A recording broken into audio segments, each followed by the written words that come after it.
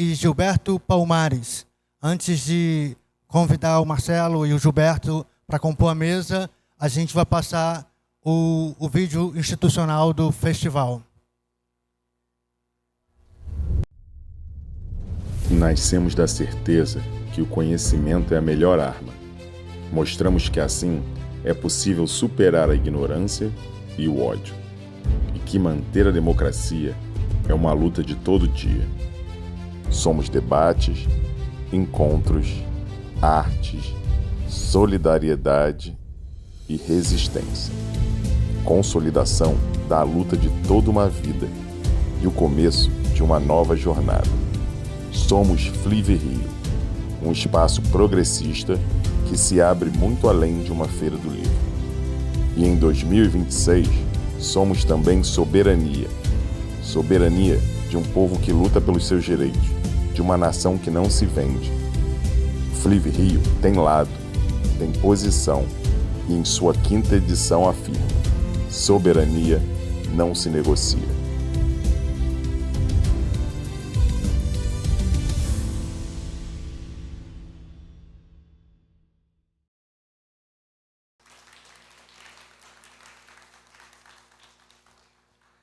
Iniciando os trabalhos, convidar à mesa Marcelo Freixo, professor e militante na defesa dos direitos humanos há 40 anos. Deputado estadual no Rio de Janeiro por 3 mandatos, notabilizou-se pela CPI das milícias, com mais de 200 criminosos presos. Eleito 2 vezes o melhor deputado da Câmara Federal, atuou como líder da oposição ao governo Bolsonaro. No governo Lula, presidiu a Embratur e bateu o recorde histórico de 9.300 milhões de turistas internacionais em 2025. Em 2026, lançou a autobiografia Viver é Perigoso, Minha Travessia no Rio, escrita com Bruno Paes Manso. No final desse debate, haverá uma sessão de autógrafos com Marcelo, aqui no espaço do autor, do lado de fora do auditório. Quem quiser adquirir o livro, pode ir se preparando. E para conduzir o debate, Gilberto Palmares.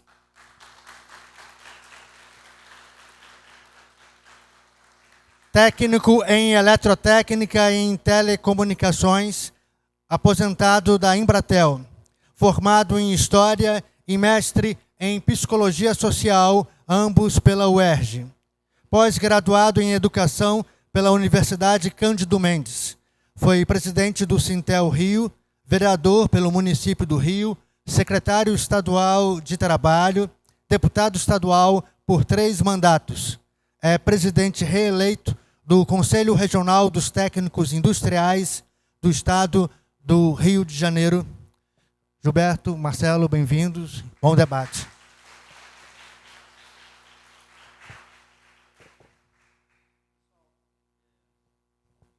Alô?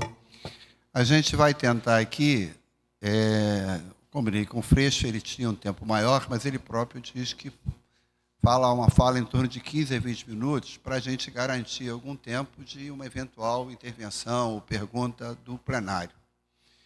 Eu queria primeiro agradecer a todo mundo que está aqui presente, agradecer de coração aqui a presença do Freixo e dizer que esse é o 5º Flive. E eu disse ainda há pouco que não é um Flive qualquer, nenhum dos Flives foi qualquer. Mas esse é o Flive que faz parte da comemoração de 85 anos do Sintel, Sindicato dos Trabalhadores e Empresas de Telecomunicações. E eu, há 52 anos, participo dessa categoria, acompanho esse sindicato há cerca de meio século, e é uma alegria, no momento que o movimento sindical, há muito tempo, é extremamente atacado, é alvo principal da extrema-direita, dos inimigos dos trabalhadores, você vê um sindicato que tem como lema lutar sempre e desistir jamais. E que se desafia. Ainda há pouco eu vi uma outra mesa em que tinha alguém dizendo corretamente que a esquerda, que os setores populares e progressistas têm que repensar a sua estratégia. A mesma coisa tem valido pelo movimento sindical. Então, uma alegria, uma honra, Freixo, muito grande aqui, a sua presença, e muito grande. Tem aqui companheiros de diversas categorias, meu companheiro Carvalhosa e Vera Luiza, que são bancários, mas eu me orgulho de que o sindicato que eu faço parte comemore os seus 50 anos, resgatando algumas palavras que parece que estão meio esquecidas e que têm que ser recuperadas. Eu sou de uma época que o movimento sindical usava muito, era muito presente, Carvalhosa, nas discussões do movimento sindical, a palavra socialismo, revolução, reforma, utopia, sonho, companheiro, luta. Algumas dessas palavras, vamos considerar aqui, estão meio em desuso. E como eu acho que uma nova estratégia pressupõe você não abrir a mão de antigos valores, a gente tem que fazer uma nova estratégia para os setores progressistas, praticamente para o movimento sindical, tem que fazer essa discussão. Eu dizia ainda há pouco que eu fico arrepiado quando eu chego num sindicato e a expressão que, às vezes, um companheiro de luta, correto, usa é colaborador. Nós estamos aqui reunidos os colaboradores. O movimento sindical de onde eu venho, colaborador, é aquele que colabora com o patronato, com o adversário. E o que a gente tem que recuperar é a ideia de luta, porque o movimento sindical, por mais fragilizado que esteja, continua extremamente necessário à classe trabalhadora. Então, eu orgulho que o Sintel esteja buscando caminhos, não tem resposta.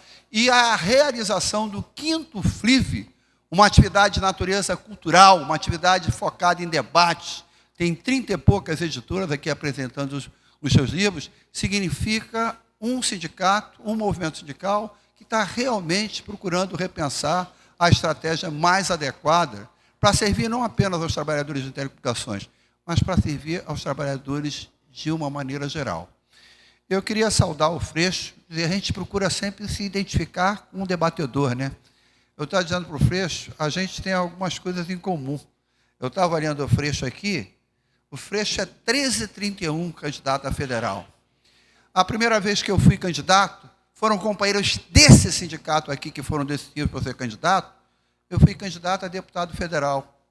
E qual foi o meu número em 1994? 1331.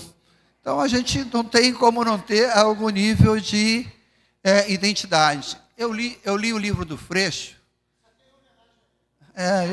Eu tenho certeza que é. Eu tenho certeza que é. Eu li o livro do Freixo e tem várias coisas no meu entendimento, Freixo, isso é uma análise minha, né, sujeita a equívoco, que tem identidade com muita gente que eu tenho aqui com isso. O Freixo frisa muito a sua origem em áreas populares de Niterói. Né? A sua busca de atividade cultural, como jovem, como adolescente, em coisas que identificam muito com o meu companheiro Serginho. Identificam muito. Eu venho do interior do Espírito Santo, fui criado aqui pertinho, no Morro da Formiga, também numa área popular, e foi lá no Morro da Formiga, como diria o Gilberto Gil, que eu peguei a minha régua e compasso, criando alguns valores que nortearam a vida.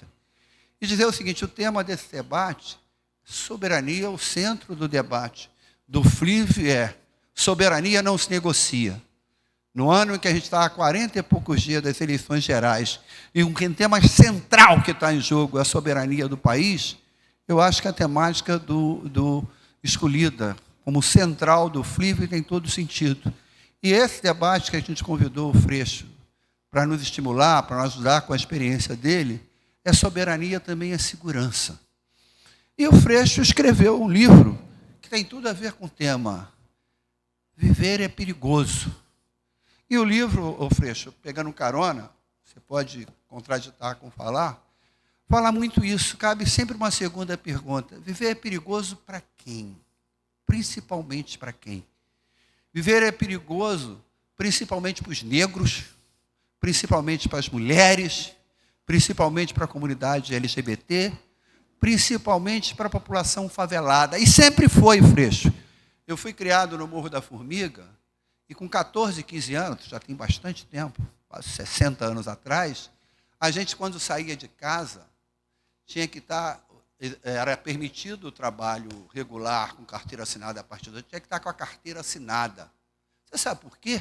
Porque se você fosse encontrar num bar, tomando uma cerveja, batendo papo, chegasse o camburão, ele cita lá Patamo, chegasse um camburão, perguntasse a quem está lá, a carteira profissional, e não tivesse assinada, sabe que cansou de acontecer, eu cansei de ver isso na Formiga, no Borel, na Casa Branca, te metiam atrás da Patomo, às vezes rodavam 2, 3 horas para Tijuca, circulando, por quê?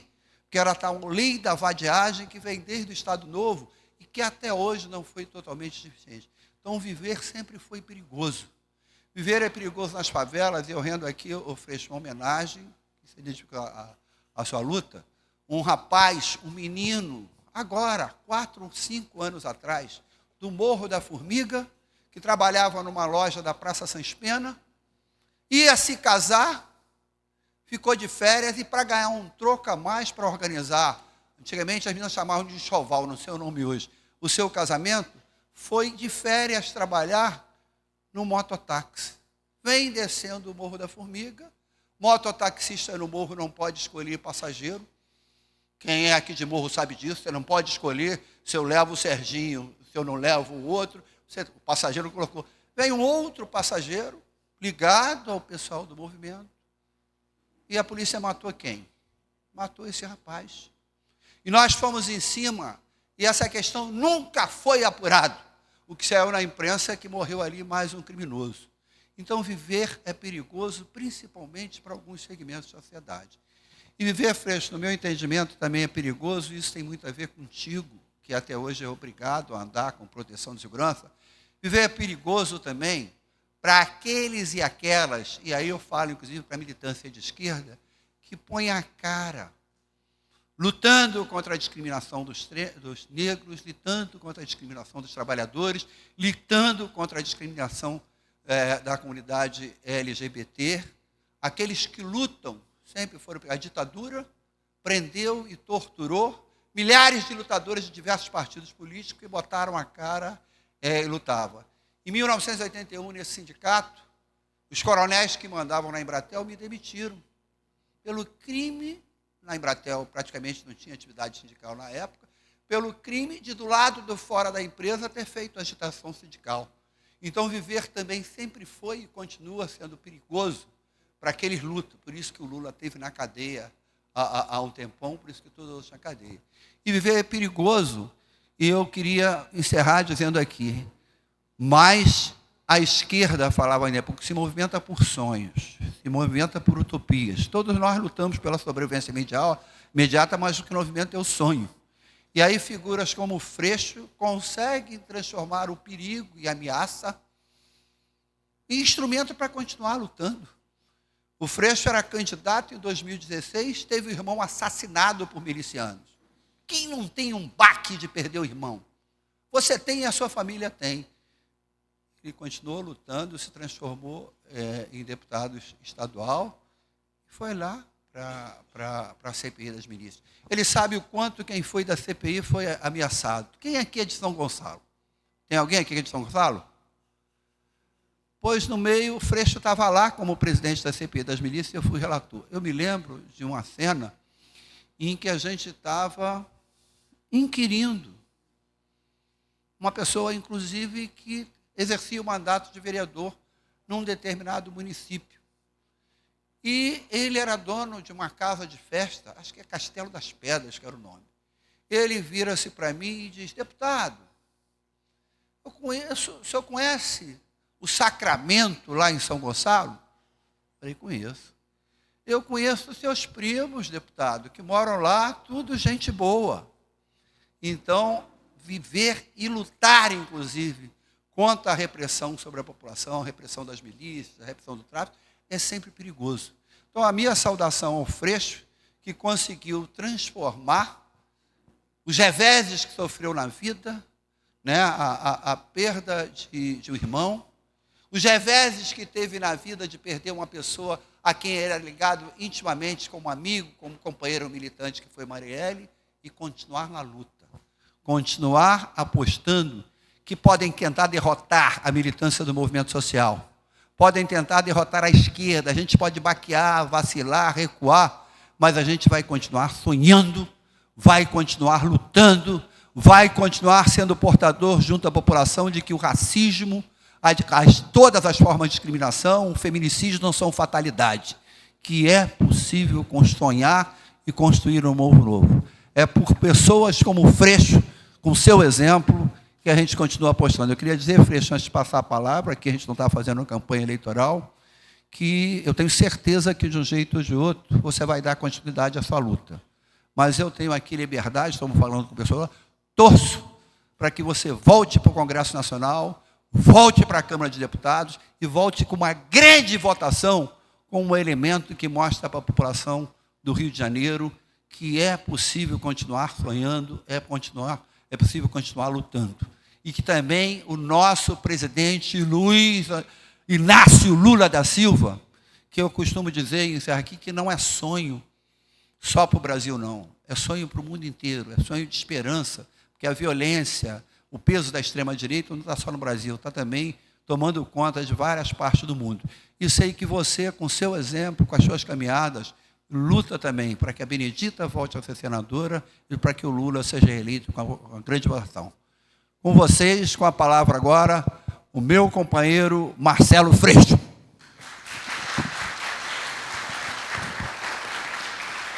Obrigado. Obrigado, Gilberto. Gilberto foi o relator da CPI das milícias. Naquele momento, éramos deputados juntos.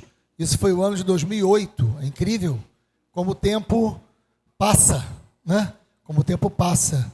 Mas nem tudo se resolve no tempo, né? E está a gente com a necessidade ainda de falar sobre isso. Bom, primeiro, obrigado, parabéns ao Sintel por essa feira literária, pelo aniversário. É um sindicato de muita luta, de muita história, muito importante na história sindical do Brasil e do Rio de Janeiro, e uma referência para todos nós, foi referência em toda a minha formação política, e é uma honra estar numa feira literária dentro de um sindicato, né, porque muita gente pode achar estranho, mas o sindicato é lugar de formação, né? Sindicato é lugar de formação, formação de gente. Então é muito apropriado ter uma feira literária e trazer a gente para pensar junto, né? O sindicato não pode ser um espaço para resolver problema. O sindicato tem que ser um lugar para produzir pensamento. Então é muito bacana ter uma feira literária aqui. Eu quero ser muito objetivo, porque eu acho que o debate bom é quando a gente divide, né, o tempo com quem quer perguntar alguma coisa. Eu vou falar do livro daqui a pouco, mas só sobre o tema, a gente, por incrível que pareça, está tendo que debater soberania, né? E está na pauta do dia soberania. Por quê? Nós vamos ter uma eleição daqui a 37 dias, não são nem 40, me corrigiram hoje, são 37 dias da eleição mais importante da vida da gente. Essa eleição é a eleição mais importante da vida da gente, pelo menos até agora. E espero que a gente tenha eleições mais tranquilas no tempo futuro. Mas essa eleição tem muita coisa em jogo. Como aqui é uma plateia de jovens há bastante tempo, a gente pode ter uma reflexão importante para dizer o seguinte: a democracia brasileira é algo sólido, a democracia brasileira é algo que a gente tem a certeza absoluta que a gente não vai perder, que não vai ter nenhum retrocesso. Alguém pode afirmar isso? Não. Não. E aí é muito curioso. Por quê? Se a gente parar, Gilberto, é uma reflexão, minha formação sou professor de história, só para a gente parar para pensar um pouquinho. Antes de Fernando Henrique Cardoso, que todo mundo aqui pegou, né? Antes de Fernando Henrique Cardoso, quantos presidentes nós tivemos que foram eleitos por voto secreto, direto, e que concluíram seu mandato ao longo de toda a história do Brasil? De toda a história do Brasil. Quantos presidentes foram eleitos por voto direto e secreto e que concluíram seu mandato antes de Fernando Henrique Cardoso? Collor não concluiu seu mandato.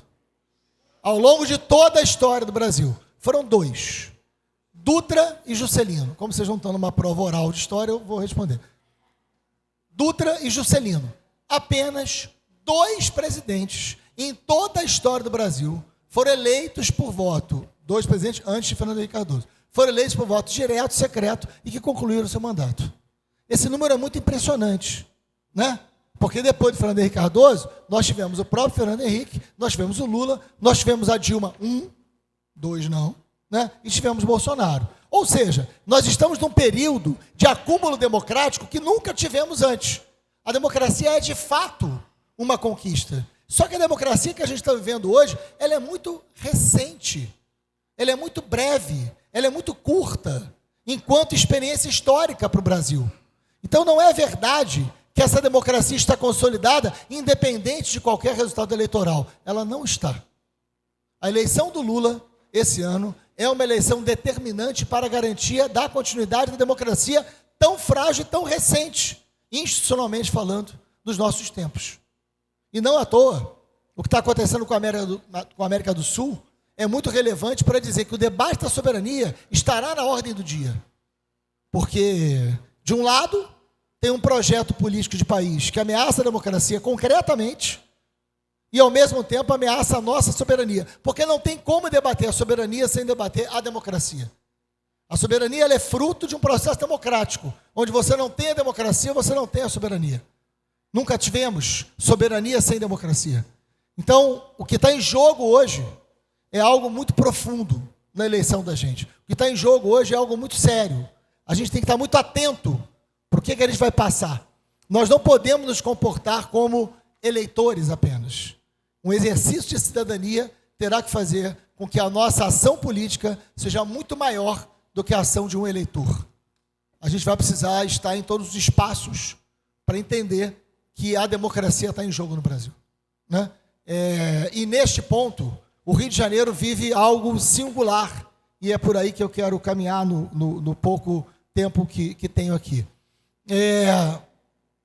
Nós temos um problema. Eu falei do Fernando Henrique Cardoso. A esquerda que a gente tem hoje, o nosso campo de esquerda que a gente tem hoje, ele é fruto do que acontece da década de 80 para cá, concordo? Nós tivemos uma interrupção muito violenta da história, com a ditadura civil-militar, né, que durou 21 anos. Nesses 21 anos, a luta política estava em outro patamar, estava em outro lugar. Na reconstrução da democracia brasileira, a década de 80 foi muito importante para os sindicatos, para os movimentos populares e para a reorganização dos partidos políticos de esquerda. Aí mora um problema para a gente, falando de hoje e olhando para trás.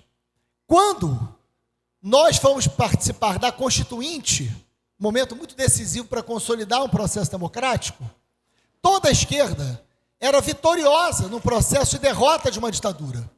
Quais foram os temas que tomaram conta dos sindicatos, dos movimentos populares e dos partidos políticos?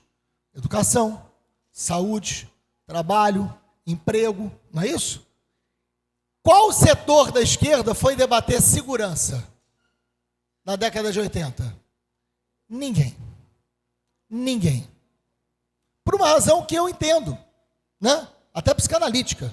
Você sai de uma ditadura civil-militar, qual é o setor da esquerda que ia ter desejo, tesão, vontade de debater a forma de agir da polícia, o formato de polícia, o modelo de segurança? Não. Nós deixamos esse tema para que a direita fosse proprietária exclusiva do tema. Um debate, obviamente, autoritário, porque se nós fomos vítimas da ditadura, no sentido de não querermos debater segurança nas décadas de 80 e parte da década de 90, a direita também foi refém, porque o debate que a direita fez sobre segurança era saudade da ditadura. E era sempre uma proposta autoritária de segurança. Então, de alguma maneira, a ditadura interferiu na segurança ou no debate da segurança. O nosso problema é que a década de 80, ela marca também o início de um processo muito transformador do Brasil. O Brasil passa a ser mais urbano do que rural. É exatamente a partir da década de 70 e 80 que o Brasil se torna mais urbano que rural. Quando o Brasil se torna mais urbano que rural, inevitavelmente, qual o tema que se torna relevante para a vida das pessoas? Segurança. Inevitavelmente. O crescimento desordenado das cidades, o crescimento desordenado de vários bairros, né? O modelo de cidade que se tem, a desigualdade dentro da cidade é diferente da desigualdade no campo, e nós começamos a ter, no tema da segurança pública, algo que gera um profundo debate no setor popular, e não somente. E a esquerda não tinha nenhum acúmulo da segurança pública. E a esquerda não debateu segurança pública. A esquerda não parou para debater o sistema prisional, a esquerda não parou para debater a formação da polícia, a esquerda não parou para discutir o modelo de polícia.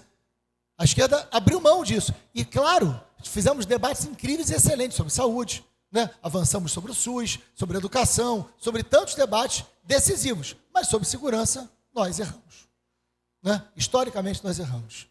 Quando eu falo disso com muita tranquilidade, porque eu conto isso no livro, né? Eu estou nesse debate há muitos anos. Eu estou nesse debate há quase 35 anos. Então, por muito tempo na esquerda, eu falei com muito pouca gente sobre esse tema.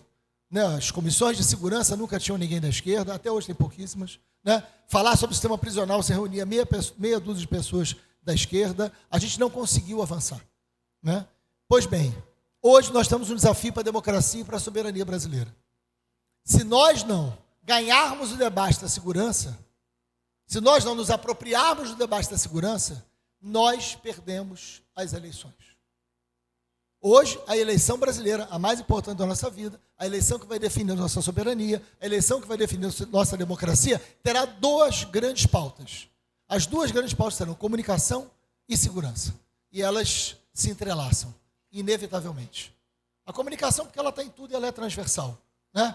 Porque, vamos combinar, se em 2023 eu encontrasse o Haddad, né, que é um amigo querido, e falasse: Haddad, em 2026, nós teremos redução da pobreza e o Brasil saindo do mapa da fome. Nós teremos a maior capacidade de compra da história do salário mínimo. Nós teremos o menor índice de desigualdade social. Nós teremos uma taxa de empregabilidade a mais alta dos últimos tempos.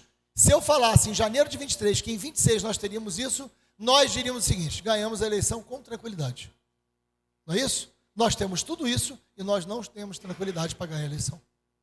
Porque hoje não basta fazer, não basta conquistar. Você disputa uma narrativa sobre aquilo que existe.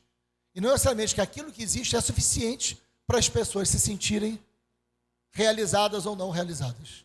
O mundo da realização, o mundo da sensação, está mais na narrativa do que nos fatos. E esse é um desafio novo da democracia.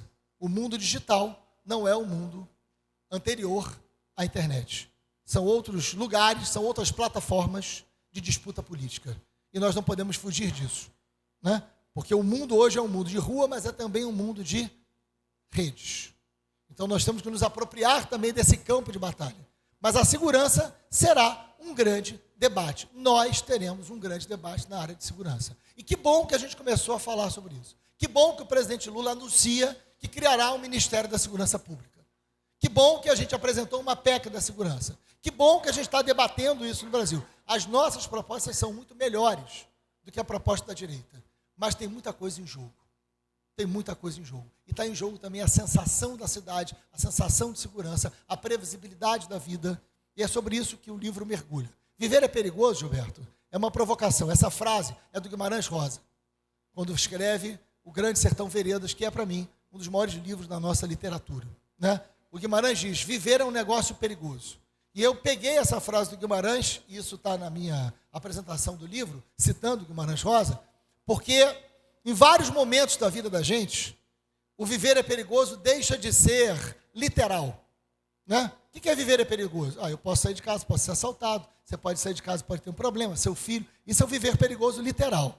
Mas o viver é perigoso para o Guimarães Rosa tem outro sentido, que é o sentido que eu trago no livro. A vida da gente exige coragem, em vários momentos. Não sempre. O cara que é corajoso todo dia, ele é um desgraçado. Né? O cara que acorda tem que ser corajoso, tem que se tratar antes de ser corajoso. Né? O medo é mais importante que a coragem, para mim. Porque o medo nos humaniza, o medo nos torna mais cuidadoso, né? O medo nos dá mais prudência. O medo é mais importante que a coragem, enquanto sentimento. Mas em vários momentos, a coragem é necessária para deter o medo e não deixar o medo te paralisar. Então a coragem é uma gaveta que você abre na hora certa da vida, para mim. Né? O problema é você saber a hora que você tem que abrir essa gaveta. A vida te exige coragem em alguns momentos. Viver é perigoso, tem esse sentido, gente. A vida da gente só faz sentido. Viver de verdade é perigoso porque a gente precisa dar risco, a gente precisa dar sentido à nossa vida. Né? Ao contrário do que canta Zeca Pagodinho, não dá para deixar a vida me levar. Né? O deixa a vida me levar, a vida leva eu? Não. Nós temos que tocar a vida da gente. A vida tem que estar na nossa mão. Tem que ser uma atitude da gente. E é assim que a gente vive. né? Então, o viver é perigoso, qual é a coragem que eu topo assumir para a minha vida fazer mais sentido. Nós dois tivemos que ter a coragem, em 2008, de fazer a CPI das milícias. Em 2006, eu tive meu irmão assassinado, brutalmente. 34 anos, deixou 2 crianças. Covardemente assassinado pela milícia. Em 2006, eu sou eleito. E vários donos de milícia foram eleitos junto comigo e com o Gilberto. Eu ia ter que chamar aqueles caras de Vossa Excelência. Eu ia ter que conviver com eles, assim como eu conviver com o Gilberto. Ali, a vida exigiu de mim coragem. E dele também. E a gente apresentou a CPI das milícias. A CPI ficou trancada durante 1 ano. A Assembleia não ia aprovar. Até que jornalistas do jornal O Dia foram torturados na favela do Batã e toda a imprensa cobrou que a CPI fosse feita. E eu lembro como se fosse ontem, Gilberto, de uma conversa com Jorge Pisciani, lembram dele? Presidente da Assembleia Legislativa. Né? E o Jorge Pisciani, numa conversa que eu tive com ele, ele falou, você sabe que a pressão está muito grande, eu vou ter que aprovar a CPI. Você tem certeza que você vai querer presidir? Isso vai mudar a sua vida. Eu falei, presidente, a minha vida já mudou. Eu vi meu pai e minha mãe enterrar meu irmão.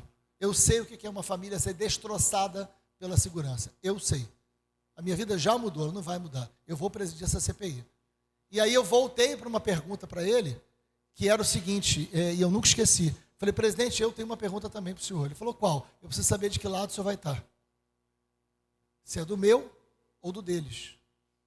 Aí ele olha para mim assustado, mas ele era muito sincero, né? E ele fala, mas você tem dúvida? Eu falei, presidente, se eu não tivesse, eu não estava perguntando. Tenho. E aí ele fala, não tenho essa dúvida.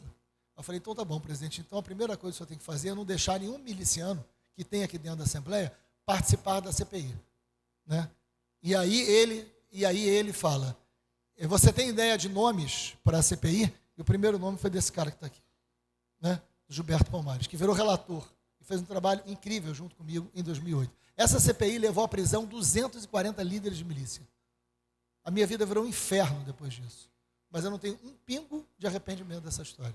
Porque o viver é perigoso, é esse momento que a vida faz sentido. Né? Porque ou eu assumia esse risco, ou eu assumia essa tarefa, ou eu nunca mais ia dormir com o mínimo de paz diante do que eu vi minha família passar pela morte do meu irmão. Então o livro, ele vai nos bastidores desse Rio de Janeiro, que é um rio profundo. O Rio de Janeiro tem uma história profunda. Agora, a gente só muda aquilo que a gente conhece. E a gente precisa entender de segurança, precisa entender o Rio de Janeiro. O que é um Rio de Janeiro? Aliás, hoje vai ao ar, Gilberto. Queria te avisar. Hoje, às 22h30, hoje tem o presidente Lula no Jornal Nacional, às 8h30. Também quero aproveitar para dizer que é importante a gente assistir. E às 10h30, na Record, vai passar um documentário sobre o Rony Lessa. Rony Lessa foi o cara que matou a Marielle. Né? Tem um documentário. Eu não vi esse documentário ainda, mas eu gravei para esse documentário. O Bruno Paz Manso, que fez esse livro junto comigo, também gravou. O Vinícius George, que é um delegado que trabalhou comigo na Assembleia Legislativa, no meu gabinete, também gravou. E o Rony Lessa também gravou. Né? Eu não sei o que vai ser desse documentário, mas acho um bom documentário para assistir hoje às 10h30. Né? O livro começa com um depoimento do Rony Lessa. Esse meu livro começa com o depoimento do Rony Lessa. Porque quando ele foi depor no julgamento da Marielle, no julgamento dele, na verdade, sobre a morte da Marielle, teve um episódio que eu achei muito impressionante. Ele estava online, porque ele estava preso, e a juíza, Gilberto, você viu isso no primeiro capítulo, a juíza pergunta assim, o senhor está me vendo? Por causa da câmera do computador. E aí ele olha, mais ou menos, tem que acertar, fica lá, aí acerta a câmera, ele, pois não, agora eu estou lhe vendo. Eu estava no julgamento, eu estava assistindo. Eu achei essa cena absolutamente ilustrativa do Rio de Janeiro. E aí eu escrevo que quem está sentado no banco dos réus não é o Rony Lessa, é o Rio de Janeiro. Né? Porque o Rony Lessa é um matador profissional. Matou dezenas de pessoas. Nunca foi réu na vida. Precisou ele matar a Marielle para ele sentar no banco dos réus e ser condenado. Ele nunca tinha sentado no banco dos réus. Então, quando a juíza pergunta para ele, o senhor está me vendo? Eu achei aquilo muito forte. Porque ele nunca viu uma juíza. Ele nunca viu o Ministério Público. Ele nunca viu a Delegacia de Homicídios. Ele nunca viu o Tribunal de Justiça. Ele nunca viu um banco dos réus. Quem estava no banco dos réus ali era o Rio de Janeiro. Que Rio de Janeiro é esse? Que é tão espetacular, que tem gente como vocês, que é tão espetacular, que tem as escolas de samba, que é tão espetacular, que tem tanto artista, que é tão espetacular pela sua natureza e pela sua cultura, mas é um Rio de Janeiro que permite existir um negócio chamado escritório do crime, onde matadores profissionais matam durante décadas, matam dezenas de pessoas e nenhuma instituição reage a isso. Precisa a gente perder a Marielle para o escritório do crime ser combatido. Que Rio de Janeiro é esse? O debate da segurança pública não pode esperar e a esquerda precisa aprender. Não dá para dizer que nós vamos ter segurança quando a desigualdade acabar. Não. A gente tem que ter segurança já. A gente tem que retomar territórios imediatamente. Não dá para mais de 4 milhões de pessoas viverem sem a Constituição de 88 valer sobre a vida dessas pessoas. Não dá. Não dá para a gente achar que a polícia não é uma classe trabalhadora e que tem que ser debatido com essa polícia que modelo de segurança a gente pode ter para o Rio de Janeiro. Não dá. Não dá para a gente continuar fingindo que o presídio é o ponto final de um crime que se cometeu porque prendeu alguém, como se nada do que acontecesse ali dentro tivesse em jogo. Né? Não dá para ser um espaço de amnésia coletiva. Não dá. Então a gente tem que aprofundar esse debate com seriedade. A gente tem que aprofundar esse debate com proposta concreta que a gente tem. E a gente tem essa competência, a gente tem essa condição. Todas as facções do tráfico, quando eu quis ser professor na minha vida, né? Meu pai foi camelô com 8 anos de idade e minha mãe foi auxiliar de costureira com 11. Eu venho de um lugar muito humilde, graças a Deus. Eu venho de um lugar muito humilde. E meu pai e minha mãe foram, por circunstâncias da vida, foram trabalhar em escola. Meu pai virou inspetor de colégio, minha mãe virou secretária de colégio público. E eu quis ser professor e consegui ser professor por causa disso. E sou professor de história, fiquei 20 anos em sala de aula. Mas o primeiro lugar que eu fui dar aula, quando eu tinha 22 anos, faz tempo também, Gilberto, né, eu fui dentro de um presídio. E eu fiquei 28 anos trabalhando dentro das prisões no Rio de Janeiro. Eu trabalhei 28 anos dentro das prisões do Rio de Janeiro. Então eu vi tudo o que aconteceu dentro dos presídios de forma muito próxima. Isso também está no livro. Né? O que é sistema prisional visto por dentro? Todas as facções do tráfico, nasceram dentro dos presídios. Comando Vermelho, Terceiro Comando, PCC em São Paulo. Não tem nenhuma facção do tráfico que nasceu em favela. Nenhuma. Todas nasceram dentro dos presídios. Não é possível que a gente não tenha que fazer alguma coisa no presídio para produzir algo diferente do que as próprias facções. Né? A milícia não nasce no presídio. A milícia nasce na Assembleia Legislativa, no Palácio Guanabara, porque a milícia nasce de deputados corruptos, de governo corrupto, se alimentando de uma polícia e dominando territórios. A diferença, e aí envolve soberania, e aí envolve democracia, é que o advento da milícia, o crescimento das milícias, muda o crime no Brasil. Porque o crime até então era a venda de drogas, era a venda de ilícitos, domínio de território, guerra de território para vender o ilícito. Era isso. Né? A milícia muda, porque a milícia surge com a máfia, a milícia surge como máfia, isso tudo está no relatório da gente. A milícia surge, para concluir, a milícia surge com projeto de poder. É o crime com projeto de poder. A milícia muda o Rio de Janeiro e muda o Brasil. A milícia não era um grupo criminoso. A milícia era um grupo de deputados criminosos de dentro da Assembleia Legislativa, de dentro do governo, se associando a setores da segurança pública e dominando territórios. A milícia nasce com um discurso de ordem. A milícia nasce com um discurso de ordem. Eu tenho uma escuta telefônica, Gilberto, que é maravilhosa. 2 milicianos conversando, na época da CPI, e eles dizendo o seguinte: não está dando. Esses caras da CPI estão tratando a gente como se fosse bandido. Mas é isso, sim, né? Porque eles não eram, né? Eles eram outra coisa, não sei o quê, mas eles eram outra coisa. Então, isso eram eles conversando sem saber que estavam grampeados. Então, de fato, eles pensavam isso. Né? Mas, por que isso? Porque eles surgem com um discurso de ordem. A milícia surge com olha, aqui não tem droga, aqui ninguém vai descolorir o cabelo, aqui não tem baile funk. Mas você vai comprar o gás na minha mão, você vai comprar a internet na minha mão, a van vai pertencer, a cooperativa de van vai ser minha, eu vou dominar todo esse território com todos os serviços. E aí, gente, eles descobrem que dominar o gás, dominar a internet, né, cobrar taxa de segurança dá muito mais dinheiro do que vender maconha e cocaína. Dá muito mais dinheiro. O domínio de território, o discurso da ordem e mais. Pela primeira vez, o crime que domina território, domina a vida das pessoas e domina o resultado eleitoral daquele território. A milícia passa a eleger gente. Nós prendemos deputados e vereadores. O vereador que te ameaçou, né, era um miliciano vereador. Nós prendemos vereadores de Caxias, prendemos deputado estadual que trabalhava com a gente. Né? Então, o que a gente tem ali é o crime começando a ter projeto de poder no Brasil. Isso não existia antes. O que acontece ao longo do tempo de 2008 para cá? O tráfico migra para a lógica da milícia. Hoje, gente, no Brasil, venda de maconha e cocaína corresponde a 10% do dinheiro do crime organizado. 10%.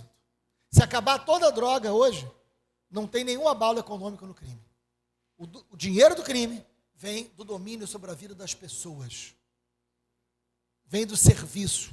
Hoje esses caras dominam venda de vassoura, de gelo, de farinha, tudo que vocês podem imaginar, né? Gás. Então, o domínio sobre a vida das pessoas tornou as pessoas muito mais reféns da violência do que eram antes. Então, hoje, não tem como debater democracia no Rio de Janeiro se a gente não aprofundar o debate da segurança pública. Porque tem uma democracia que é institucional, tem uma democracia que é representativa, tem a democracia que eu não voto, mas tem a democracia do dia a dia das pessoas, do ir e vir. E esta democracia também está ameaçada no Rio de Janeiro. Então, uma frase para concluir esse desafio que a gente está colocando é: viver é perigoso. E a gente está num ano que a gente precisa correr risco para não perder essa eleição. Né?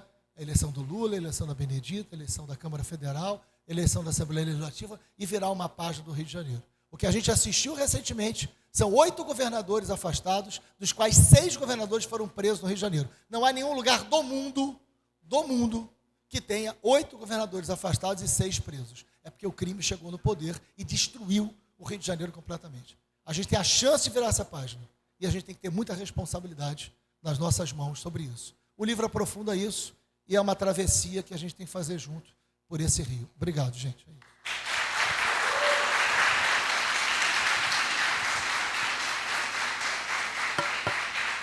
Pessoal,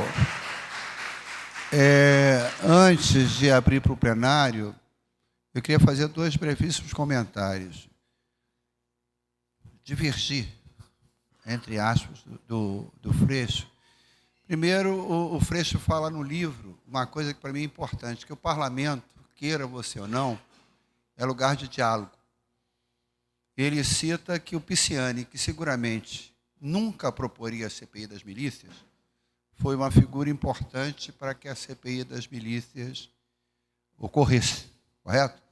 A CPI foi em 2008, em 2009, eu consegui aprovar uma lei na LERJ, com o apoio, inclusive, do Freixo, que foi a primeira lei do Brasil que propunha, isso como lei, a colocação de câmeras de áudio e vídeo nas viaturas policiais, como elemento de proteger os bons policiais e proteger a população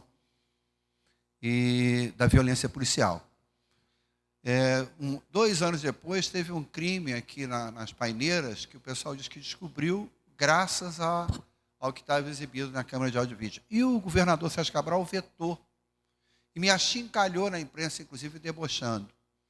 E o projeto também, para ser correto, igual você foi, ele foi derrubado o veto, porque o Pisciani cumpriu um acordo que tinha feito conosco de derrubar o veto. Agora, outra coisa, não agora, depois eu pedi o Freixo para autografar esse livro e dar a uma pessoa que está presente.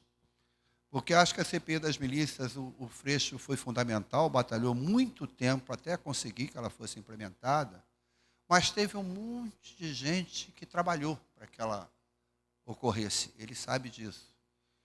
Nós, em homenagem aos profissionais da imprensa, eu queria dizer que uma pessoa que trabalhou 20 anos aqui no Sintel foi a pessoa o profissional principal na redação do relatório, que foi a jornalista Rosa Maria de Paiva Leal, que durante 20 anos foi jornalista aqui do Sintel.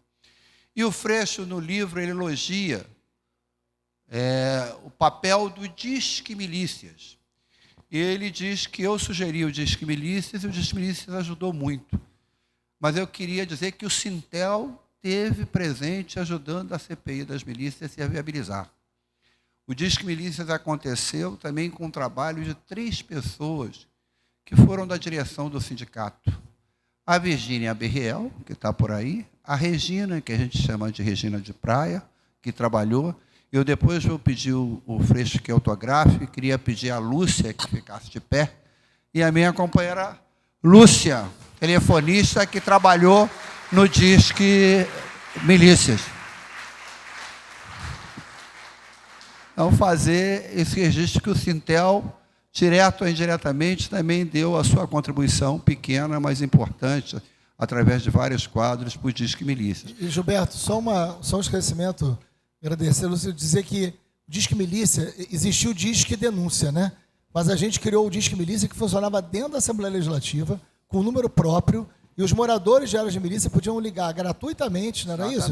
Para dar informações. Claro que aquilo não era prova, porque uma ligação não é prova, mas é meio de prova. E vocês não têm a dimensão da quantidade de informação que a gente teve sobre funcionamento de milícia, de quem eram os milicianos, onde é que estavam as coisas. E todas as informações dali a gente passava para a Polícia Civil e para o Ministério Público, e ali desencadeou uma série de prisões e produção de provas contra todos eles que depois a gente indiciou. Então foi um trabalho, quando a gente olha para o parlamento e fala, o parlamento você não vai conseguir fazer nada, nós fizemos muita coisa.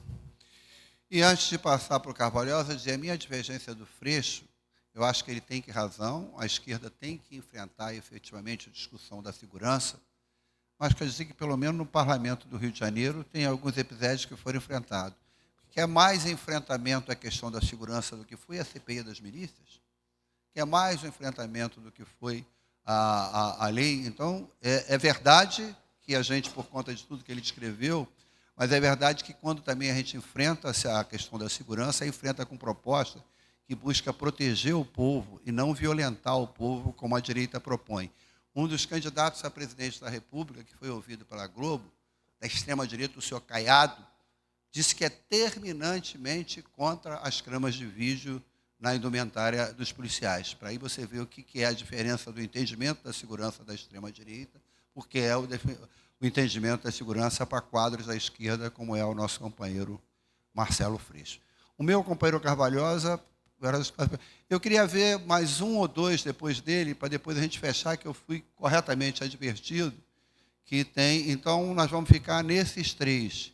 Carvalhosa, Ricardo, Hamilton, e se eles falarem 2 minutos, tem uma quarta pessoa que é o Samuel. Se alguma mulher quiser falar, a gente... Boa tarde a todas e todos. Freixo, no meu tempo de FIX, e já tem muito tempo, eu tinha um professor chamado Zé Ricardo Ramalho, cuja tese de mestrado foi sobre a questão da violência. E entre os presos que ele entrevistou na época, um dizia o seguinte: doutor, esse negócio da violência não vai acabar nunca, porque tem muita gente que vive disso. Então, a primeira pergunta que eu queria deixar para você é como enfrentar a economia do crime, que a gente sabe que tem um peso grande na economia do Rio de Janeiro. E como enfrentar a economia da violência, porque tem muita gente também que vive legalmente da violência. São as seguradoras vendendo seguro, as empresas de vigilância, as empresas de tecnologia, de controle. A outra questão que eu queria deixar para você é: até quando a gente vai admitir que quem não tem moral para falar em segurança continue falando em segurança? O cara que colocou o chefe do escritório do crime, condecorou o chefe do escritório do crime, o cara que colocou no governo do Estado um sujeito ligado ao Comando Vermelho, o presidente da Alerj era ligado ao Comando Vermelho. Esses caras não têm moral para falar de segurança e a gente precisa discutir isso com a população. E, principalmente, precisa dizer para a população que eles não têm projeto para segurança, só tem discurso, mais nada. Obrigado pela disciplina. Companheiro, eu vou ouvir as pessoas e depois eu devolvo a palavra ao Freixo. Ricardo e depois Hamilton. É bom o Hamilton vir logo aqui para frente para a gente ganhar tempo. Oi? Não, pode ficar tranquilo. Nós falamos 3, mas vai ampliar para 4, 5. Boa tarde a todos e todas. Obrigado, Marcelo Freixo, Gilberto. Eu acompanho muito as milícias, por conta do Gilberto ainda estar... A gente estava trabalhando juntos aqui na época, né? E realmente foi uma situação muito delicada. O motorista do Gilberto sofreu uma tentativa de assalto aqui do Estácio. Então, ficávamos todos preocupados, né, com o bem-estar, né, da segurança. O Rio de Janeiro, ele virou a capital da milícia, né? A milícia está saindo do Rio de Janeiro e indo para outros estados. E nós tivemos aqui um deputado, na época de vocês, Flávio Bolsonaro, que é um nome que a gente tem que deixar bem longe, ele queria botar a milícia como se fosse uma segurança paralela do Rio de Janeiro. Ele queria aprovar isso. Isso aí chegou a se movimentar, graças a Deus não se movimentou. Então, eu moro em Manguinhos. Então, lá tem um grupo de amigos, né, amigos que eu falo, são policiais que vendem a segurança porque o Estado não está presente. E isso acontece em vários pontos da cidade do Rio de Janeiro. Então, eles vendem a segurança porque a segurança é do Estado, mas eles praticam a milícia. Então, eu vejo muito Freixo. Quando eu vejo aquele filme Tropa de Elite, eu já devo ter visto aquele filme umas 200 vezes. Toda hora que eu vejo aquele filme, eu interpreto de outra forma. Porque realmente é assim, é o Rio de Janeiro hoje. O Rio de Janeiro hoje é assim, continua sendo muito perigoso. As pessoas têm que pagar água, têm que comprar água no cara, têm que comprar gás no cara, têm que comprar internet. Nós somos um sindicato de telecomunicações, várias empresas de telecomunicações acabaram, porque elas não podem botar o trabalho de internet dentro das comunidades, porque eles vão lá, tomam e tacam fogo nos carros dos trabalhadores de telecomunicações. Então, realmente, a gente precisa ter uma nova visão, uma nova estrutura, novos deputados federais, novos deputados estaduais de esquerda que combata esse crime organizado que vem afetando o Brasil, que vem afetando o povo carioca, principalmente.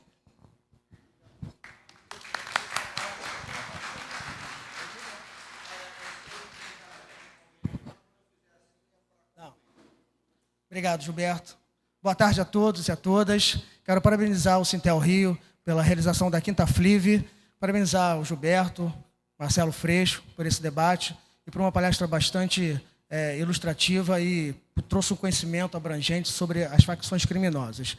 Minha pergunta é o seguinte, Freixo, a gente tem visto que dos 20 anos para cá que você e o Gilberto comandaram ali a CPI da milícia, o crime organizado ele se adaptou, né, e se transformou e conseguiu alcançar vários níveis, né, do nosso Estado, inclusive com tentáculos em instituições que são importantes para a nossa governança e para a nossa soberania, e está aí em várias esferas. E eu queria saber de você, como você é uma pessoa pública, um homem que tem várias ideias, né, e está vindo aí como candidato para o Congresso, como nós podemos lutar contra esses tentáculos do crime organizado nas instituições de governo que influencia a vida do povo brasileiro. Ricardo trouxe muito bem aqui a questão do setor de telecomunicações, empresas que são dominadas pela milícia, né? E a gente encontra aqui uma barreira muito grande na atuação sindical com relação a essa situação por conta da atuação criminosa nas empresas de telecomunicações. Aí eu queria saber de você também como combater, quais as medidas que podem ser implementadas na parte de segurança para que a gente possa ter dar uma vida melhor para a nossa população, para o povo brasileiro. Obrigado, Gilberto. Obrigado, Freixo. Boa tarde, pessoal. Freixo, Gilberto, meu irmão liderou uma greve lá em Nilópolis, família Abraão Davi, em 1989, na época da campanha eleitoral para presidente, e paralisamos, eu ajudei, eu sou irmão dele, paralisamos todo o serviço público municipal. E meu irmão correu risco de vida. Correu, teve que se afastar, não sei como é que ele está vivo. Então, trabalhar nessa questão de, como o Gilberto colocou muito bem, que falta a gente se indignar, entendeu?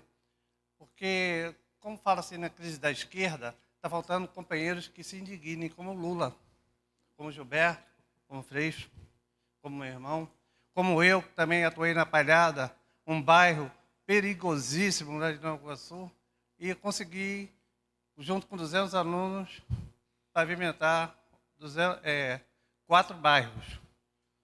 Mas era tanta indignação, tanta inquietude, que a inquietação é que nos move o mundo. Então, eu quero saber, e agora estou liderando o movimento Passe Livre lá na UNIG, também, que inquieta ver alunos sem dinheiro para ir estudar. Inquieta a gente. Então, eu quero saber o que inquietou o Freixo, o Gilberto, durante a sua vida toda.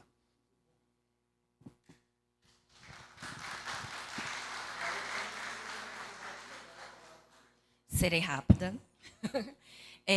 Na verdade, eu venho como comunicadora, né?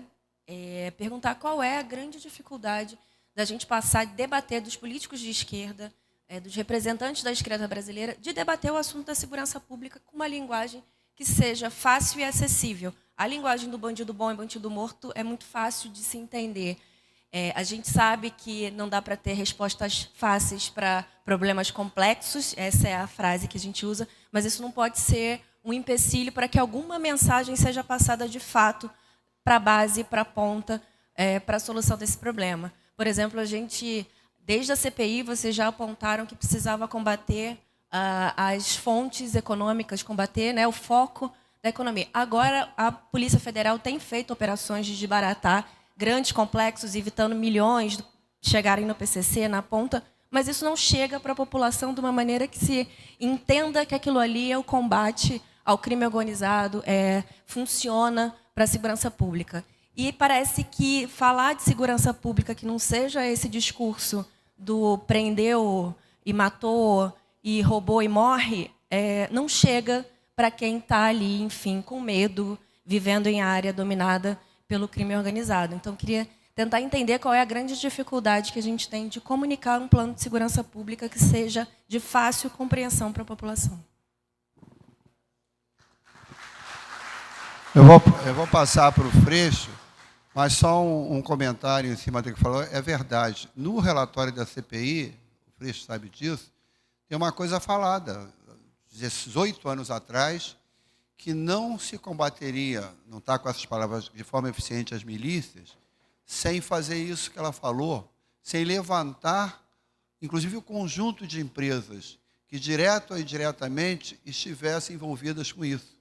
É impossível explorar a gatonete, quem é de telecomunicações sabe isso, o sinal sempre virá de uma grande operadora, sem que tenha lá uma grande operadora, não que elas sejam coniventes, mas elas acabam se omitindo. A gente comentou na época, o Freixo lembra bem, pegaram um depósito de gás com 4, 5 mil botijões de gás. Depósito de 4, 5 mil botijões de gás não existe se não tiver uma outra grande distribuidora de gás participando de alimentação. Então, isso que ela fala já está abordado lá, fortaleceu até hoje, e até hoje não leva em consideração. Querem bater, matar, mas o trabalho de inteligência fica secundarizado. Freixo. Vou responder de forma objetiva, que eu sei que a gente tem um limite de tempo. Eu lembrei de um episódio, Gilberto. Esse depósito de gás era em Campo Grande. Vocês imaginam um depósito com 5 mil botijões de gás. Primeiro, gera uma temeridade você ter 5 mil botijões de gás no mesmo lugar. Porque se aquilo explodisse, você destruía um bairro inteiro, né? Então, já era uma temeridade. E assim, pense algo que não dá para ser escondido, né? 5 mil botijões de gás, você fala assim, onde é que é o depósito clandestino da milícia? Ah, fica ali, ó. Todo mundo sabia. E eu lembro, Gilberto, que a gente fez uma reunião com a ANP, né? Que deveria, Agência Nacional de Petróleo, que deveria fiscalizar. E eu já tinha as informações desse depósito. Você vai lembrar disso, Gilberto? O representante da ANP foi na CPI. Foram 7 meses a CPI, tá, gente? A gente interrogou todo mundo que vocês possam imaginar. E a gente interrogou o presidente da ANP e os agentes da ANP e falou o seguinte, mas vem cá. Aí eles falaram, eu falei das milícias, eles falaram, não, a gente tem sensibilidade para isso. Aí chegou um momento que eu falei, mas me diga aqui, quantos fiscais a ANP tem no Rio de Janeiro para fiscalizar gás? Aí ficou um silêncio. Aí eu olhei e disse, 3. 3 em todo o Rio de Janeiro. 3. Aí eu falei, só falta eles morarem em Bangu. Né? Porque aí é maravilha, entendeu? São 3 fiscais. Ou seja, a milícia agradece. Então, a rede, né, pegando a última pergunta, mas respondendo um pouco da primeira. A rede de interesses, ela é dentro do campo criminal e dentro do campo oficial também. Né? Senão, o Estado tem que reagir como um todo. O debate da segurança pública não é um debate de polícia, é um debate de política. Né? Nós temos que resolver isso na política. Não é a polícia sozinha que vai resolver isso. Nem é justo com a polícia que seja ela sozinha para resolver isso. Retomada de território, gente. Vocês acham que só a polícia vai retomar território? Nós tivemos uma experiência da UPP. Né? Aí o policial que retoma o território, ele vira assistente social, psicólogo, mediador de conflito, e o policial tem esse preparo, tem essa condição e tem essa função? Não. Vai dar certo? Não. Né? Essa é uma ação de Estado, é política de Estado, que a gente precisa ter como prioridade absoluta no Rio de Janeiro. Enfim, dá para fazer. Sobre a economia do crime é isso, existem muitos interesses, né? Vamos combinar, a quantidade de empresas de segurança privada, que nós também investigamos na CPI, é gigantesca, porque o medo vende. O medo vende, a segurança vira um grande negócio. Né? Então, a economia, o que gera de venda de produtos sobre segurança não está no gibi. Então, a gente tem... isso é melhor do que eu te amo. Né? Agora, sobre o Flávio Bolsonaro, que era dele que você estava falando, toda semana eu gravo um vídeo, eu dou uma entrevista sobre isso. Hoje é quinta, terça-feira eu fui no programa do Léo Dias. É isso mesmo, gente, eu fui no programa do Léo Dias. Porque não me chamem para o programa da esquerda. Eu quero ir para o programa da direita. Eu fui no Rodrigo Pimentel, aliás, quem quiser, o Rodrigo Pimentel, todo mundo sabe quem é o Rodrigo Pimentel? Foi do BOP, etc. O Rodrigo Pimentel ele tem um podcast chamado Papo de Elite. Ele não é dos mais criativos na hora de pensar um nome, né? E é o Papo de Elite. Eu fui no podcast Rodrigo Pimentel, foram 3 horas e meia de conversa, de diálogo, 450 mil pessoas assistindo as 3 horas e meia da gente conversando. Né? Aquele não é o meu público, aquele não é o público da esquerda. Não tem um dia que eu não ande na rua que alguém me fala, gostei muito do que você falou. Eu já sei que o cara é de direita. Né? Gostei muito do que você falou. Eu não gostava de... Um taxista parou o carro no Meier, olhou para mim e falou o seguinte, queria te pedir desculpa, porque tudo que eu pensava sobre você não era verdade. Eu nem perguntei o que ele pensava, porque é melhor pular essa parte. Né? É melhor pular essa parte. Mas, assim, todos os dias na rua, alguém vem falar comigo. Porque a gente tem que ocupar a gente tem o que falar. A gente tem conteúdo. Vamos ocupar um espaço de debate para que os outros possam ouvir, porque senão a gente fica falando na nossa bolha o tempo inteiro. Né? Não dá. A gente tem que falar para fora. A gente tem que ganhar essa sociedade, tem que ganhar opinião. Eu tenho certeza que o que eu estou propondo sobre segurança é melhor do que eles têm proposto. Então por que eu não vou para o debate? Né? E lá no Léo Dias eu falei sobre isso. Né? Porque o cara me perguntou um adjetivo sobre a família Bolsonaro, eu falei atraso. Né? E eu falei, olha, o Flávio Bolsonaro, o maior miliciano que nós tivemos no Rio de Janeiro, se é que dá para ter esse ranking, mas o maior miliciano foi o Adriano da Nóbrega. O Adriano da Nóbrega foi professor de tiro do Flávio Bolsonaro. A mulher e a mãe eram funcionários do gabinete do Flávio Bolsonaro. Recebeu a medalha Tiradentes do Flávio Bolsonaro. Então quem está dizendo que eles têm relação com milícia não sou eu, não, são os fatos. Quando eu defendi a CPI das milícias no plenário, o Jair Bolsonaro deu uma entrevista no Congresso dizendo esse relatório é um absurdo porque nem toda milícia é ruim. Quem disse isso foi o Jair Bolsonaro. Eu falei, como assim nem toda milícia é ruim? Que história de que classificação é essa? Então, assim, a gente tem que expor isso. Né? Quando esses caras propõem, gente, o voto ser no papel, ter comprovante de voto, é porque eles sabem que nas áreas dominadas pelo crime, o crime vai dominar ainda mais a eleição. Você já pensou numa área de milícia ou de tráfico, você sair com o seu papelzinho do voto na mão? Que beleza. O cara da milícia, Gilberto, vai estar tomando esse café do lado de fora, fala assim, passa para cá, acabou a eleição, acabou a democracia. É isso que eles estão propondo. Comprovante de voto. Vocês acham que é porque eles não acreditam em urna eletrônica? Chongas. Não é. É para, na verdade, os territórios dominados serem mais dominados ainda, o que está em jogo. Né? Enfim, então, dito isso, o filme é o Tropa de Elite 2, o Tropa de Elite 1 é outra história, mas o Tropa de Elite 2 retrata o que a gente viveu ali na CPI, evidente, é um filme de ficção em relação a algumas coisas, mas em relação à milícia é exatamente aquilo, ou o que a gente viveu é um pouco pior do que o que cabe num filme. Né? Tentáculos do governo. Gente, a eleição de 22, eu disputei a eleição para governo, há 4 anos atrás. Nós perdemos a eleição para uma máfia. E esta máfia tinha um projeto de poder, nós perdemos uma eleição para corrupção. Só para vocês terem uma ideia, eu preciso falar isso aqui, Eu denunciei em setembro de 22 que a eleição de 22 para o governo do Rio seria a eleição mais corrupta da história do Rio de Janeiro, e a concorrência é forte. Mas eu disse, a eleição de 22 será a eleição mais corrupta da história do Rio de Janeiro. Eu denunciei em setembro, portanto, antes da votação, antes da eleição. Em setembro, o Poder Judiciário levou 4 anos para julgar. Julgou agora, condenou o Cláudio Castro e anulou a eleição. 4 anos, tornou o Cláudio Castro inelegível, mas deixou o Rio de Janeiro ter 4 anos de um governo corrupto, criminoso, é um bando, aquilo não é um grupo político, ele é um bando de criminosos. Falo isso e nenhum deles me processa, porque é um bando. Cláudio Castro vai ser preso, e o projeto deles era, o Cláudio Castro sai para senador, o Rodrigo Bacelar, presidente da Assembleia Legislativa, vem para governador. Deu errado porque a Polícia Federal prendeu o Rodrigo Bacelar, por relações com o Comando Vermelho. Porque senão, esse projeto criminoso seria vitorioso. Então, a gente está falando de política quando está falando de segurança pública no Rio de Janeiro. Não estou falando de favela A, B ou C. Estou falando de Palácio Guanabara. Estou falando de estrutura máxima de poder. Né? É um debate urgentíssimo para a gente fazer aqui. Enfim, aí sobre inquietude, eu vou deixar para o final, mas a gente tem uma coisa importante, e com isso eu respondo as 2 últimas perguntas.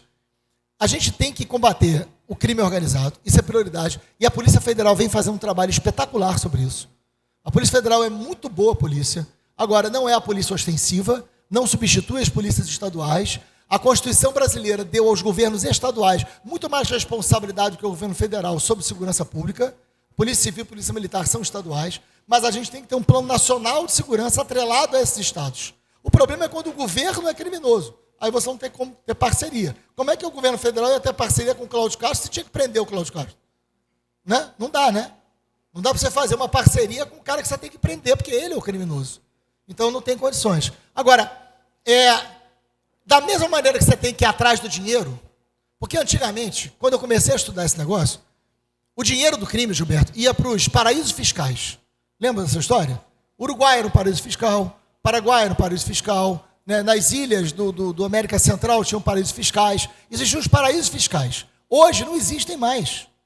Hoje o dinheiro, seja do crime ou seja o dinheiro lícito, estão todos eles no mesmo lugar, estão todos no mercado financeiro. Por que a Polícia Federal foi investigar a Faria Lima? Porque está lá o dinheiro do PCC. Porque está lá o dinheiro do Comando Vermelho. Porque o dinheiro está no mercado financeiro. Não está em outro lugar. Não está atrás de um pé de jaca no Morro da Formiga. Né? O dinheiro está no mercado financeiro. Então, investigar onde está o dinheiro, como se ganha o dinheiro, para onde vai o dinheiro, o que esse dinheiro financia, é investigar o crime organizado. Isso é decisivo. Mas, para terminar, Gilberto, a gente não pode abrir mão de debater a sensação de segurança. Sensação de segurança não é combate a crime organizado. É outra história. O cara que sai de casa, ele não sai de casa preocupado em encontrar uma liderança do Comando Vermelho. Sai. É esse o medo? Não. O medo do cara é o assalto, é o furto do celular, que hoje é uma agonia, né? Se não vai ter, se vai passar numa rua escura, se não vai. Ou seja, a sensação de segurança não tem a ver com a segurança em si. Vários bairros que têm muito mais segurança do que outros, se você entrevistar as pessoas, elas vão dizer, morro de medo. Quantas vezes você foi assaltada? Nenhuma. Mas o quê? Mas eu morro de medo. Né? A sensação de segurança tem a ver com noticiário, tem a ver com subjetividade, tem a ver com uma série de coisas. A gente tem que disputar a sensação de segurança. O Piauí, tem alguém do Piauí aqui? O Piauí fez um projeto muito interessante de combate a furto e roubo de celular, entendendo que esse é um gatilho decisivo para a sensação de segurança. O que o Piauí fez? Desenvolveu uma tecnologia, isso está sendo aplicado agora no Brasil, foi feita uma tecnologia que você, se tiver um celular roubado, que aí vocês vão entender disso melhor do que eu, o celular tem um número, que não é o número do celular, né? Do e-mail. Esse número, você quando fizer a queixa, fizer o BO do furto ou do roubo, você indica qual é o e-mail. Esse número entra no sistema tecnológico, que quando esse celular for reativado, ele indica nesse sistema, e onde ele está. E a polícia liga para o novo proprietário e fala, o senhor tem 24 horas para devolver esse telefone, porque ele é fruto de um roubo, e se não devolver em 24 horas, será acusado de receptação de produto roubado. Nenhum tiro, nenhuma morte, nada disso. Resultado, 86% de queda de furto e roubo de celular no Piauí. 86%. Sabe o que aconteceu com a sensação de segurança da população? Subiu substancialmente. 16 mil aparelhos devolvidos no Piauí. Funcionou. Tecnologia, inteligência e ação de prevenção. Então a gente tem muito o que fazer. A gente sabe o que dá para fazer para disputar a sensação de segurança que passa pela qualidade do policiamento, pela formação desse policial, pela distribuição desse policial, por mapas de estudos de zonas criminais e de violência. Ou seja, tem uma quantidade enorme de coisas que a gente sabe o que fazer, né? Mas tem que ter governo para fazer. A gente precisa ter governo para fazer. A gente precisa estar no poder para fazer. E a gente precisa ter prioridade nesse tema. E aí, caro amigo, eu acho que a gente é movido por inquietude, né? A gente é movido por aquilo que nos inquieta. E mais importante do que a indignação é a ação. O que a gente precisa fazer é transformar em ação qualquer indignação que a gente tenha, né? O que mais me sacode, o que mais me mexe, o Guimarães Rosa, que eu adoro, vocês já perceberam, ele diz que tropeçar também é uma forma de caminhar, né? Que a gente caminhe, seja tropeçando ou não. Mas o que mais me faz caminhar é imaginar que as pessoas precisam ter uma segurança básica para ter a vida. Segurança é direito humano número 1, porque se eu não estiver seguro, se eu não estiver vivo, eu não tenho educação, eu não tenho saúde, eu não tenho cultura, eu não tenho mais nada. E a gente precisa olhar para o Rio de Janeiro com um olhar profundo que o Rio de Janeiro merece ter.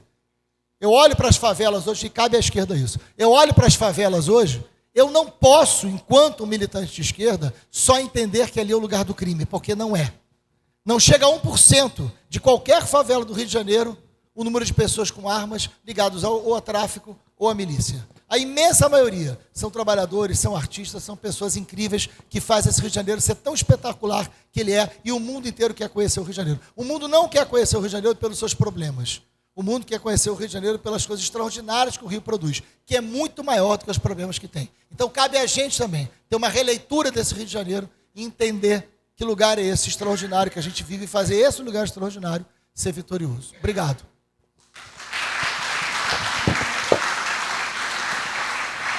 Pessoal, eu queria pedir um minutinho, antes de acabar, primeiro eu queria convidar o ex-presidente da LERJ, ex-deputado estadual com quem eu convidei, o André Siciliano, para dar um pulinho aqui na frente conosco. Eu queria dizer, antes de terminar, e vou terminar de novo pegando carona numa palavra que o Freixo ali utilizou, dizer o seguinte: o livro do Freixo vai estar à venda na banquinha aqui em frente, né? E após essa mesa, o Freixo vai estar aqui no final, também tirando fotos no espaço do autor e autografando livros, né? E eu queria dizer o seguinte: o Freixo usou uma palavra que, vou traduzir dessa forma, que a nossa indignação tem que ser transformada em ação. E na minha leitura, ele também falou no início que ele foi corrigido, faltam apenas 37 dias, Serginho, para as eleições. Ação nesses 37 dias é a gente estar nas ruas derrotando a extrema-direita que é violenta, que é desumana, que é antitrabalhador, que é antipobre. Eu fiquei muito incomodado porque a minha companheira Lúcia, ex-dirigente do Sintel, a mesma que ajudou trabalhando lá no Disque Milícia, falou: Gilberto, eu vim de Maricá, Élica. Eu ia pedir a Élica eu ficar aqui junto conosco. Falou assim, eu fiquei incomodada, ela me deixou assustada, porque eu vim de Maricá até aqui e vi muita bandeira, que eu não vou falar o número, mas da extrema-direita. Cadê as nossas bandeiras? Eu acho que a gente está trabalhando, está militando, mas ter ação é estar nas ruas e nas redes derrotando a extrema-direita. E derrotar a extrema-direita, eu e o Freixo, eu tive a honra de ter sido deputado estadual com ele e também com o André. Não somos candidatos a deputado estadual, mas essa companheira que está aqui, que é professora do Cefet, que é uma lutadora, presidente da Comissão de Ciência e Tecnologia da LERJ, está lá na LERJ e precisa continuar. E esse companheiro com quem eu convivi lá, e que diferenças de entendimento à parte que temos, mas que revelou sempre solidário uma série de questões importantes, precisa voltar. E o Freixo, com a sua vivência de CPI das milícias, de discutir a questão do turismo como presidente da Embratur, tem que estar lá em Brasília defendendo os interesses do povo. A nossa companheira Benedita da Silva, que interrompeu o seu mandato do Senado em 98, na metade do mandato, atendendo a um pedido que tinha feito, porque ele deve voltar para o Senado. E aquele companheiro hoje que é símbolo de esperança no mundo inteiro, que tem defeito, que tem vacilação, porque é um ser humano, mas é um guerreiro e tem uma identidade profunda com o povo brasileiro e que é esperança para o mundo, que é o companheiro Luiz Inácio Lula da Silva, tem que ser reeleito. Ação significa apoiar figuras como esses dois, essa que estão aqui, à minha direita, só na posição aqui, e esse companheiro, que copiou o meu número de 94, eu vou dizer aqui. Então, ação significa estar nas ruas. Independente de qual seja o partido político de qualquer um de nós, independente de qual seja a inclinação até política, ideológica, mas se a gente tem algum compromisso com os trabalhadores, tem algum compromisso com a democracia, tem que envermelhar as ruas, tem que ser solidário, tem que estar nas redes e nas ruas, botando gente que representa o povo lá na Assembleia Legislativa, lá no Congresso Nacional, no Senado, e reelegendo o nosso companheiro Luiz Inácio Lula da Silva.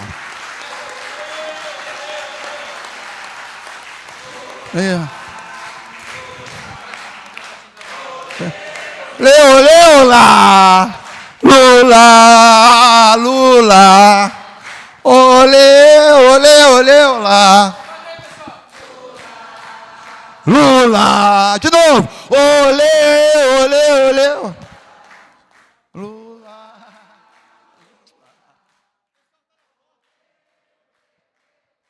O pessoal que está na ponta, vem para o meio aqui, ó. Vem para o meio, o pessoal que está na ponta e chega mais para frente.